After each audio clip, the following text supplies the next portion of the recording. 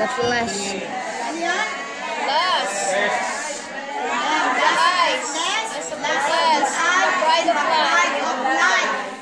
If we love the Word, amen, the love of the Father is not in us. Ibig sabihin nito, mga kapatid, hindi na tayo worldly. That's right. Di ba kaya nga, identity, mga kapatid, ng isang sa kaharian ng Panginoon, kingdom's identity. Ang kingdom's identity, mga kapatid, hindi yan makita sa world. Amen? Kumbaga, mga kapatid, hindi tayo nakikiayon kung ano yung takbo ng world. Yes. Praise God. Puso ang shaggy, mapapasyagi ka? Hindi na, di ba? Kailangan makita yung identity natin. Praise God, alagaan ng mga buhok. Yung mga buhok po natin may crown, di ba? Crown of glory. Kahit pinabalakubak na yan. Kahit marami ng puti yan. Mahalin po natin yan, mga kapatid. Praise the Lord.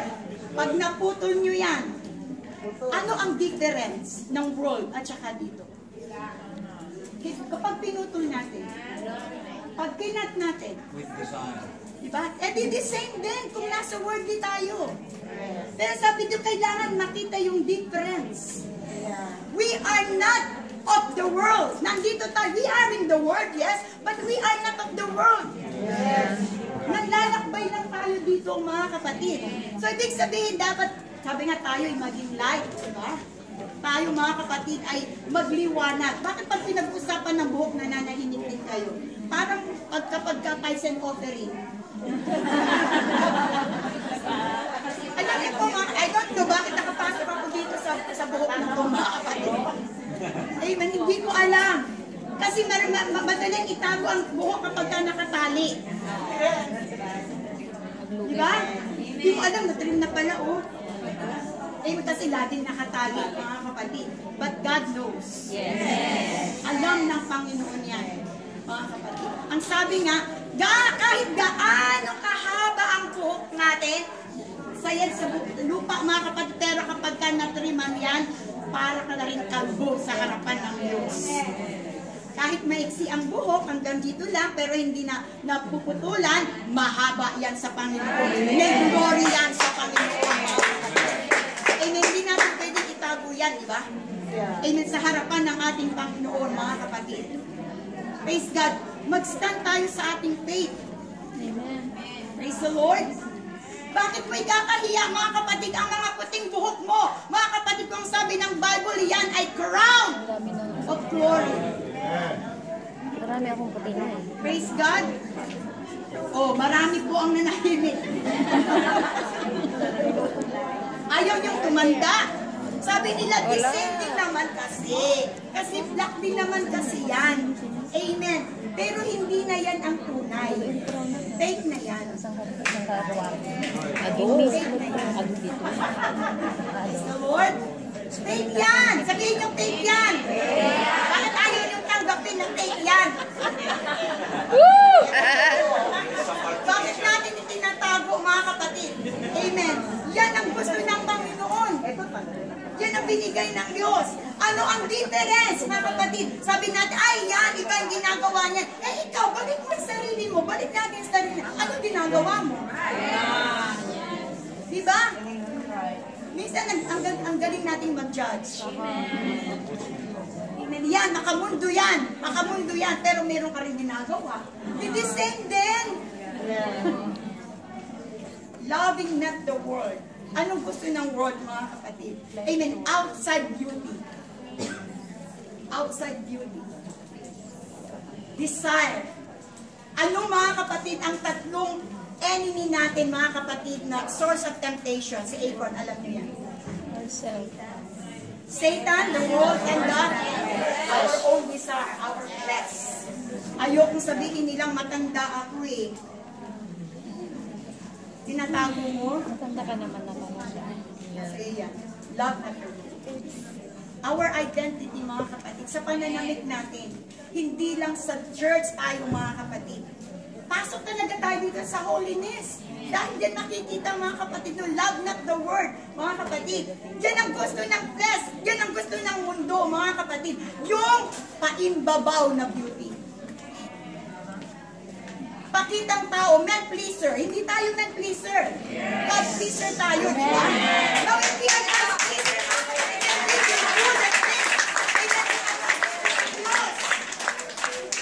Praise God. Mas gusto ko na mga kapatid na maganda ako sa Panginoon kaysa sa tao lang ako maganda. Praise God. Mas magandang sa harapan ng Diyos maganda tayo. Pag sinabing maganda tayo mga kapatid, amen, sa harapan ng Diyos, sumusunod tayo sa Kanyang salita. Hindi tayo nakikiayon sa sanlibutan. Yes. Praise God. Now mga kapatid, meron ako sinabi mga kapatid na modern God. May modern God ngayon, hindi nyo alam? Hindi nyo alam? Lagi nyo nga kasama eh. Gadgets, cellphone. Bakit ko sinabing modern God, mga kapatid? Kinukuha na yung attention natin. Instead na magpuyat tayo sa salita ng Diyos, nagpupuyat tayo sa ating mga cellphone. Yes. Guilty. Instead na magbasa tayo ng Word of God, nagbabasa tayo ng mga command. Ano ba yung sinabi ni friend? Ayan pa yung mga likes ko dito. Praise God. Amen. Pag-gising sa umaga, anong ginagawa nyo? Instead na mag-pray tayo sa Panginoon, nasan ba yung cellphone ko dito? Ano ba yung sinabi ni sister dun sa tinext ko? Bago magising, cellphone. Bago matulog, cellphone. Sa gitna, na buong maghapon, sinong hawak nyo? Cellphone. Kailan nyo hinahawakan ng Bible? Wala pa nga yata eh. Paano natin masasabi mga kapatid na ito itang idolatry? Kapag kinukuha na yung atensyon natin sa Panginoon God, is a jealous God. Hindi masama cellphone. The cellphone itself is not bad. Pero kapag na-addict na tayo sa cellphone, yun ang masama. Kailangan natin ng cellphone. Kailangan natin ng communication. Kailangan natin ito para mag-follow up. Amen? Kapag nagre-research ako, mga kapatid, amen? Kailangan ko ang Google. Diba? Kailangan natin yan, mga kapatid. Diba? Pero kapag na-addict na tayo, nang kukunin na ang buong oras, buong maghapon ninyo, amen, ang sabi ng Panginoon, God is a jealous God. Nagiging Diyos na natin yan. Praise the Lord!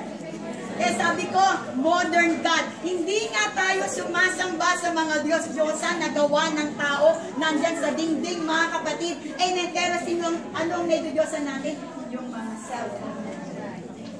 Gadget natin. Is anything na magkukuha ng atensyon sa Panginoon is idolatry. Praise God. Lahat tayo guilty na. Yeah. Lahat tayo guilty. Yes. Praise God. Love not the world. Amen. Yan ang pinasok ng kaaway ngayon, mga kapatid. Hindi natin namamalayan. Nakukuha na yung attention natin. Yes. Number 5 na. Guarding against Antichrist or false teachers. False teachers, mga kapatid. Amen. Kumbaga, amen, mas pinapaniwalaan na natin yung iba. Sabi ng Panginoon, mga kapatid sa John, kailangan yung i-test the Spirit, whether ito ay sa Diyos o hindi. Praise God. Kung basahin natin mga kapatid ang 1 John chapter 2, verse 18 to 23, gusto ko pong basahin po natin ito mga kapatid. 1 John chapter 2, 18 to 23. Little children, it is the last hour. Last hour, And as you have heard that the Antichrist is coming, even now many Antichrists have come, by which we know that it is the last hour. They went out from us, but they were not of us. But if they had been of us, they would have continued with us. But they went out that they might be made manifest, and that none of them were of us. Minsan kasama natin, sumusunod sila sa atin mga kapatid, pero hindi sila nakakapagpatuloy. But you have an anointing from the Holy One, and you know all things. I have not written to you because you do not know the truth, but because you know it, and that no lie is of the truth. Who is a liar but he who denies that Jesus is the Christ? He is Antichrist who denies the Father and the Son. Whoever denies the Son does not have the Father either. He who acknowledges the Son as the Father also. Now mga kapatid, ang paniniwala mga kapatid, amen, na hindi po nagkatawang tao, si Jesus is Antichrist. Yung paniniwala hindi na kailangan ang salita ng Diyos is Antichrist. Praise God. Yung paniniwala hindi na kailangan ng revival is Antichrist. Yung paniniwala mga kapatid, kailangan solemn na lang at wala ng joyful song is Antichrist. The word of truth. Minsan mga kapatid, kasama na natin sila. Diba? Maraming katuruan ngayon. Kung pupunta ka sa YouTube, diba? Marami pong mga katuruan doon. Yeah. Praise God. Minsan mga kapatid, sinasabi natin, ay oo nga, totoo to. Lalo na kapag magaling siyang magsalita. Praise God. Pero mga kapatid, ngayon sabi nga, very sabi niya, hawak ko yung remote control. Sabi niya, Grabe naman. Pagka, ito mga kapatid, yun, itanong kay Willie. Soriano. Ili. Di ba, minsan madalas tayong nakikinig dyan? Praise God, may mga kapatid. Kapag ka natanong nila, mayroon po akong nabasa, I don't know where is that, mga kapatid. Sabi niya, patungkol po doon sa white horse. Parang nag-flash yata doon sa cellphone ni Pastor Librado, mga kapatid. Amen na, sabi doon, mayroon silang parang argument. Amen na, sabi niya mga kapatid, ngayon ko lamang nalaman at si Eli Soriano lang ang sa horse. Kanyang pagdating. Amen, sabi niya mga kapatid, yung angel na may dalawang bow, may dalang pana. Mga kapatid. Yun daw mga kapatid. Parang na-curious ako. Kaya nag-search ako mga kapatid. Amen. Bakit ganun ang sinasabi nila? Amen. Kung hindi mo alam ang Word of God, kung hindi mo alam ang salita ng Panginoon, mga kapatid, parang, ay, oo nga, no, tama siya. Nag-search ako mga kapatid. Kasi magaling siya. Yung sinabi doon na white horse ng una, mga kapatid, is the angel. Amen. May dala-dala ng mga bios. Pero sa second coming, mga kapatid, amen, ng pagdating ng ating Panginoon, siya ang nakasakay sa white horse. Sa Revelation, mga kapatid, no? Maging sa Zechariah, nakasama ang mga saints. Mayroong nagsabi noon, mga kapatid, mayroong kaming member before sa Asingan, ang sabi niya, mga kapatid, dumating na ang rapture! Dumating na si Jesus Christ, hindi mo ba alam yon? Sabi ko, kung dumating niya, bakit nandito ka pa? First coming.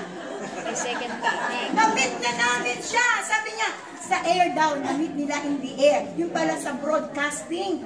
Sa radio broadcast in the air. On the air. Praise God, mga kapatid, kasama natin kung minsan, no? Kung hindi mo alam ang Word of God, masasabi mo yan, mga kapatid mo. Minsan, tawag dito, napapasama tayo sa ganun.